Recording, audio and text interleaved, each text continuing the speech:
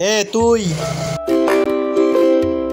আমার পায়ের সামনে হাঁটু গেড়ে বয়, আমি তোকে 10,000 টাকা দেব। যতক্ষণ পর্যন্ত তুই বসতে থাকবি ততক্ষণ পর্যন্ত টাকা বাড়তে থাকবে।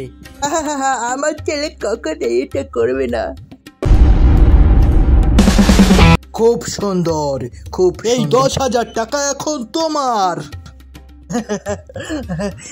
তুই কিরকম দোস্ত বন্ধু, তুই যে সামান্য কয় টাকার জন্য নিজের এত নিচে নামালি।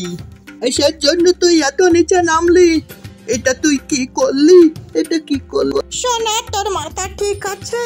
টাকা পয়সা কিছু না, মান সম্মানের সব। মান সম্মান যদি চলে যায় আর জীবনেও ফেরত আসে না।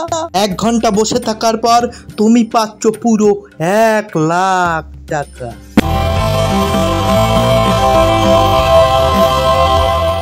বেটা, তুই এ দোষের বাদ ভাঙে দিলি। একবার মা বাবার মান সম্মানের কথা চিন্তা করলি নে।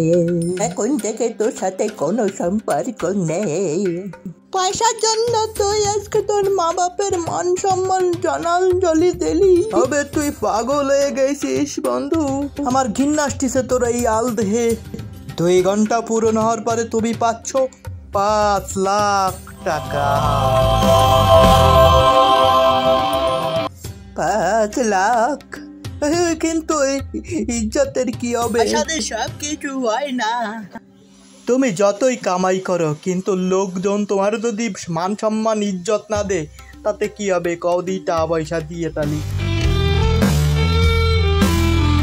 3 ঘন্টা বসে থেকে তুমি পাচ্ছ 10 লাখ টাকা।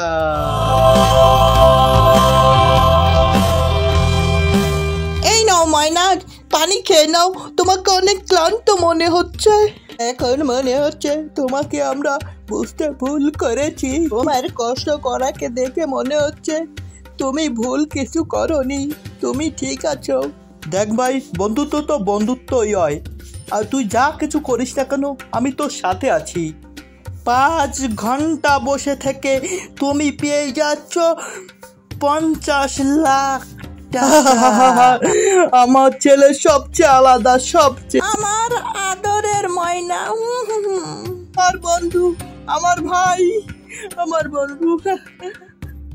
এই গল্প থেকে আমরা শিখতে পারি, টাকা থাকলে মান সম্মান আমনি আমনিই আসে।